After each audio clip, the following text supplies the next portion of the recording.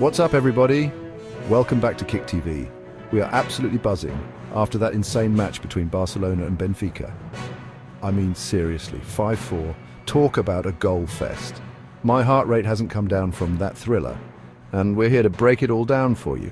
We're talking player ratings, folks. Who stepped up for Barca? Who crumbled under pressure? Get ready, because things are about to get spicy. All right.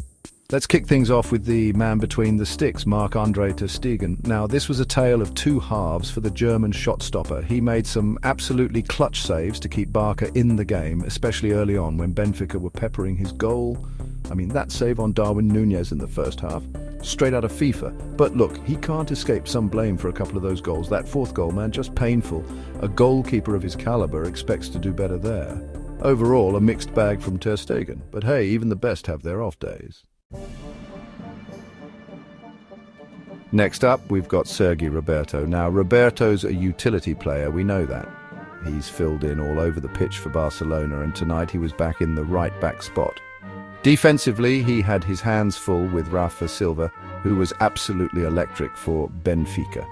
Roberto had some shaky moments, no doubt, but he held his own for the most part. Offensively, we didn't see too much from him. He kept it simple, played some safe passes, and tried to stay disciplined in his position. Look, he's not Dani Alves going forward, but he put in a decent shift.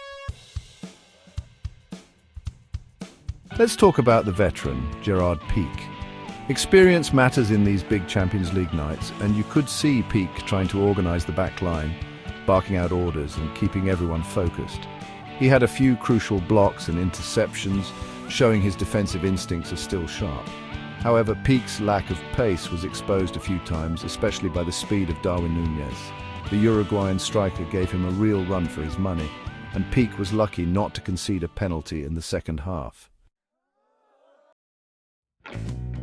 All right, let's be honest. Eric Garcia had a rough night at the office. The young defender looked shaky from the get-go and struggled to cope with Benfica's relentless attack.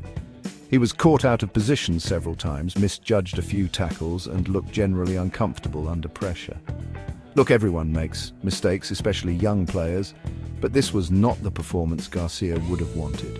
He's got the potential to be a top defender, but he needs to learn from these tough experiences and bounce back stronger.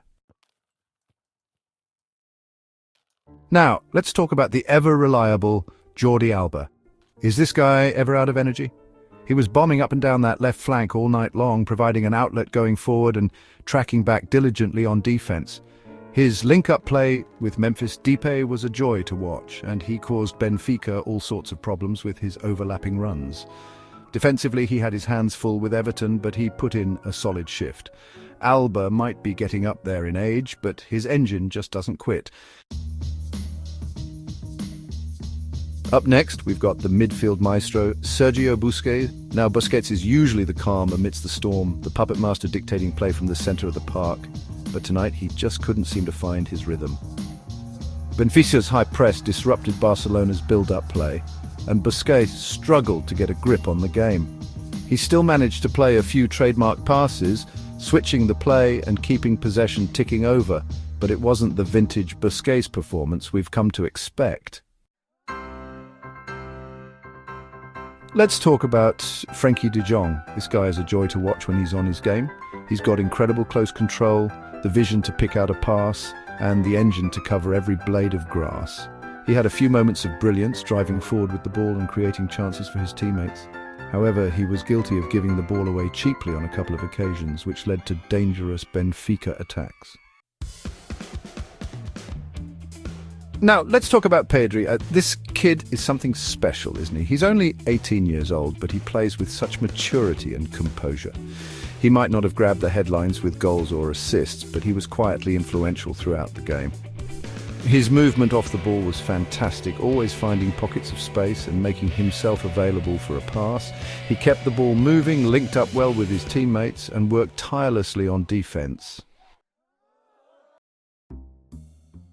Speaking of young talent, how about Gavi? This kid is fearless. He's only 17, but he plays with the heart of a lion.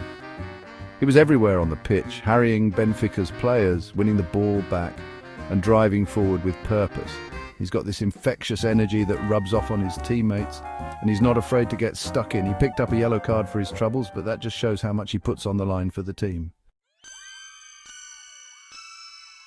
All right, let's talk about the main man in attack, Memphis Depay. He's been carrying the goal-scoring burden for Barcelona this season, and he delivered again tonight.